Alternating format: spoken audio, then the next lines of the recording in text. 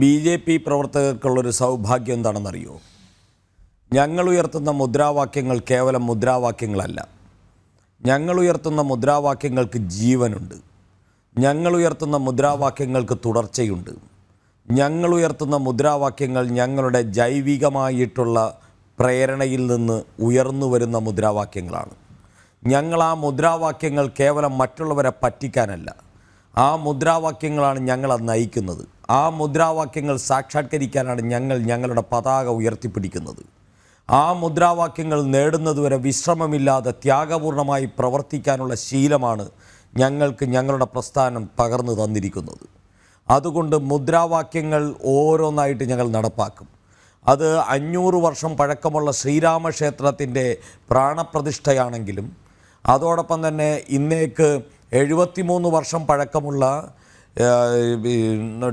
Doctor Shyamaprasad മുഖർജിയുടെ ആ ജീവാർപ്പണമുണ്ടല്ലോ, 370-ാം വകുപ്പ് എടുത്ത് ദൂരേക്ക് കളയണമെന്നുള്ള ജീവാർപ്പണമാണെങ്കിലും, അതുപോലെ തന്നെ കോമൺ സിവിൽ കോഡാണെങ്കിലും, ഈ രാജ്യത്തിൻ്റെ ഐക്യത്തെ സംരക്ഷിക്കുന്നതിന് വേണ്ടി ഭീകരതയ്ക്കെതിരായിട്ടുള്ള പോരാട്ടമാണെങ്കിലും, ഒരിക്കൽ ഞങ്ങൾ ഒരു മുദ്രാവാക്യം ഈ രാജ്യത്ത് ഉയർത്തിയിട്ടുണ്ടെങ്കിൽ, അത് എത്ര ദശാബ്ദങ്ങൾക്ക് മുമ്പേ ഉയർത്തിയ മുദ്രാവാക്യമാണെങ്കിലും, എത്ര നൂറ്റാണ്ടുകൾക്ക് മുമ്പേ ഉയർത്തിയ മുദ്രാവാക്യമാണെങ്കിലും, ആ മുദ്രാവാക്യം അവസരം ലഭിക്കുമ്പോൾ, ജനഹിതം ലഭിക്കുമ്പോൾ നടപ്പാക്കും എന്നുള്ളതാണ് BJPയുടെ മറ്റെല്ലാ രാഷ്ട്രീയ പാർട്ടികളിൽ നിന്നുമുള്ള വ്യത്യസ്തത, വ്യതിരിക്തത എന്ന് ഇന്ന് ലോകത്തിന് ബോധ്യമായിരിക്കുന്ന സുദിനം കൂടിയാണ്.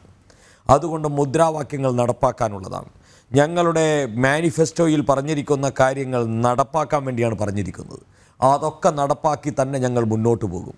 ഞങ്ങൾ ഈ രാജ്യത്തിനെ പരമമാർന്ന വൈഭവത്തിലേക്ക് എത്തിക്കുക എന്ന മഹത്തായിട്ടുള്ള ലക്ഷ്യം വെച്ചാണ് മുന്നോട്ട് പോകുന്നത്. ആ പരമമാർന്ന വൈഭവത്തിലേക്ക് എത്തിക്കാൻ ഒരു കാലത്ത് ഇത് ലോകത്തിൻ്റെ ഗുരുസ്ഥാനീയ അവസ്ഥയിലുണ്ടായിരുന്ന ഒരു രാജ്യമാണ്. ഈ രാജ്യത്ത് തീർത്ഥാടന കേന്ദ്രങ്ങളായിരുന്നു ഈ രാജ്യത്തിൻ്റെ സമ്പത്ത്, ഈ രാജ്യത്തിൻ്റെ വിജ്ഞാനം, ഈ രാജ്യത്തിൻ്റെ സംസ്കാരം മുഴുവൻ തീർത്ഥാടന കേന്ദ്രങ്ങളായിരുന്നു. എന്തുകൊണ്ടാണ് ബാബർ ഇവിടെ വന്നിട്ട് അയോധ്യ തകർത്തത്? അന്ന് ഈ രാജ്യത്ത് തകർക്കാൻ ഒരു പാർലമെൻ്റ് ഇല്ലായിരുന്നു. അന്ന് ഈ രാജ്യത്ത് തകർക്കാൻ ഒരു രാഷ്ട്രപതി ഭവനില്ലായിരുന്നു. ഈ രാജ്യത്തെ തകർത്തു, ഈ രാജ്യത്ത് ഞങ്ങൾ അധിനിവേശം സ്ഥാപിച്ചു എന്ന് രാജ്യത്തിന് ബോധ്യപ്പെടുത്താൻ ഏറ്റവും പവിത്രമായ രാജ്യത്തെ മുഴുവൻ കോടാനുകോടി ജനങ്ങൾ മര്യാദാ പുരുഷോത്തമനായിട്ടോ ദൈവമായിട്ടോ മാതൃകാ വ്യക്തിത്വമായിട്ടോ ഒക്കെ അംഗീകരിക്കുന്ന ശ്രീരാമൻ്റെ ക്ഷേത്രമായിരുന്നു അന്നുണ്ടായിരുന്നത്. അതുകൊണ്ടാണ് അത് തകർത്തത്. അത് മനസ്സിലാക്കാനുള്ള വിവേകവും പക്വതയും, അത് മനസ്സിലാക്കാനുള്ള രാഷ്ട്രീയ ബോധവും സാമൂഹ്യ ബോധവും സാംസ്കാരിക സംസ്കാരവും ഇവിടുത്തെ മറ്റുള്ളവർക്കില്ലാത്തതിന് ഞങ്ങളല്ല ഉത്തരവാദി. ഞങ്ങളത് മനസ്സിലാക്കുന്നു, അത് നടപ്പാക്കുന്നു.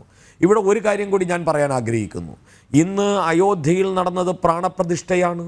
നൂറ്റാണ്ടുകൾ നീണ്ട മനുഷ്യൻ്റെ ഈ ഹിന്ദു സമൂഹത്തിൻ്റെയും ഈ ദേശത്തിൽ അഭിമാനിക്കുന്ന മറ്റ് ഇതര സമുദായങ്ങളുടെയും ഒക്കെ മനസ്സിൻ്റെ സ്വപ്നങ്ങളുടെ സാക്ഷാത്കാരമാണ് നടന്നിരിക്കുന്നത്. അതേ സമയത്ത് തന്നെ നമ്മൾ പറയണം, ഇന്ന് നരേന്ദ്രമോദിജിയുടെ പ്രസംഗത്തിൻ്റെ മറ്റൊരു വശം നമ്മൾ കാണണം. ഇത് വികസിത ഭാരതത്തിൻ്റെ ഒരു പുതിയ അധ്യായം സൃഷ്ടിക്കപ്പെടുകയാണ് എന്നാണ് അദ്ദേഹം പറഞ്ഞത്.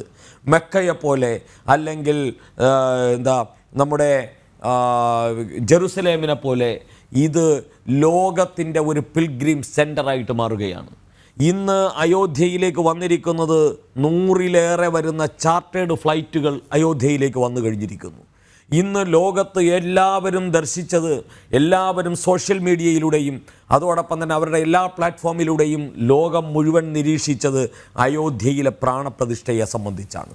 അതുപോലെ തന്നെ അയോധ്യയിൽ 140 ലക്നൗ മുതൽ അയോധ്യ വരെയുള്ള 140 കിലോമീറ്റർ ദൂരത്തേക്ക് 6 വരി ദേശീയപാത ഉയർന്നു കഴിഞ്ഞിരിക്കുന്നു.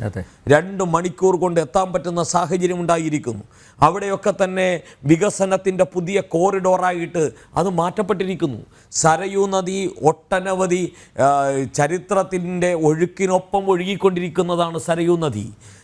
ശ്രീരാമ ക്ഷേത്രം അവിടെ നിന്ന സമയത്തും ശ്രീരാമൻ്റേതായ ജീവിതം അവിടെ ചിട്ടപ്പെട്ട സമയത്തും അതോടൊപ്പം തന്നെ ശ്രീരാമക്ഷേത്രം തച്ചുടയ്ക്കുന്ന സമയത്തും ശ്രീരാമക്ഷേത്രം പുനരുദ്ധരിക്കുന്നതിന് വേണ്ടിയുള്ള നൂറ്റാണ്ടുകൾ നീണ്ട പോരാട്ടം നടക്കുന്ന സമയത്തും കർസേവകരുടെ രക്തവും കർസേവകരുടെ ശരീരവും ആ സരയൂ നദിയിലൂടെ ഒഴുകുന്നതും ഇന്ന് അവസാനമായിട്ട് സരയൂ നദിക്കരയിൽ പവിത്രമായിട്ടുള്ള ശ്രീരാമക്ഷേത്രത്തിൻ്റെ ആ പ്രാണപ്രതിഷ്ഠ നടക്കുന്നത് ഉൾപ്പെടെയുള്ള ചരിത്രത്തിൻ്റെ ഗതിവിഗതികളിലൂടെ കടന്നു വന്ന സരയൂ നദി ഇന്ന് സമ്പുഷ്ടമാണ്.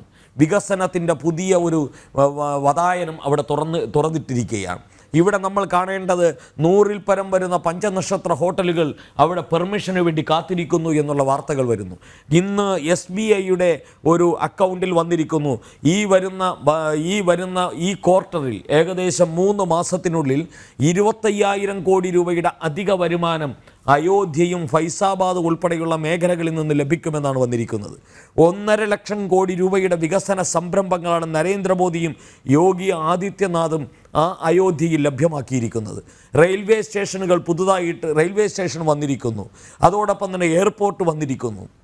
അവിടെ വൻ സംവിധാനങ്ങൾ ദേശീയ തലത്തിൽ അന്തർദേശീയ തലത്തിൽ പ്രശസ്തമായിട്ടുള്ള സ്ഥാപനങ്ങൾ വന്നിരിക്കുന്നു. എല്ലാ സന്യാസി ആശ്രമങ്ങളും അവിടെ മഠങ്ങൾ സ്ഥാപിക്കുന്നു.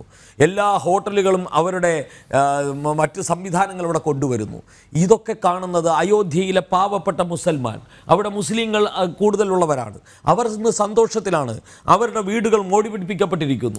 അവരുടെ ചെറിയ ചെറിയ തട്ടുകടകളിലും ഒക്കെ വച്ചിരുന്ന അവരുടെ ചെറിയ ചെറിയ കച്ചവട സംരംഭങ്ങൾ ഇന്ന് അന്താരാഷ്ട്ര പ്രശസ്തിയുള്ള കച്ചവട സംരംഭങ്ങളായിട്ടും അവരുടെ കുടിലുകളിൽ ഉണ്ടാക്കിയിരുന്ന കാര്യങ്ങൾ ഇന്ന് ആഗോളതലത്തിലെത്തുന്ന സാഹചര്യങ്ങൾ ഉണ്ടായിരിക്കും. അതുകൊണ്ടാണല്ലോ സന്യാസിമാരെ അവിടെ ഇവരുടെ ഈ നമ്മുടെ അൻസാരിയെ പോലുള്ളവരുടെ അതെ അവർക്ക് പ്രശ്നമില്ല. ഇക്ബാൽ അൻസാരി അവിടേക്ക് വരുന്ന നരേന്ദ്രമോദിയെ പുഷ്പവൃഷ്ടി നടത്തി സ്വീകരിച്ചതും ഇന്നത്തെ പ്രാണപ്രതിഷ്ഠയിൽ ഇക്ബാൽ അൻസാരി വന്നതുമൊക്കെ ഈ കേരളത്തിലെ മതേതരത്വത്തിൻ്റെ പേരിൽ മതവിദ്വേഷം നടത്തുന്ന VD സതീശന്മാരും പിണറായി വിജയന്മാരും കണ്ണു തുറന്ന് കാണണം.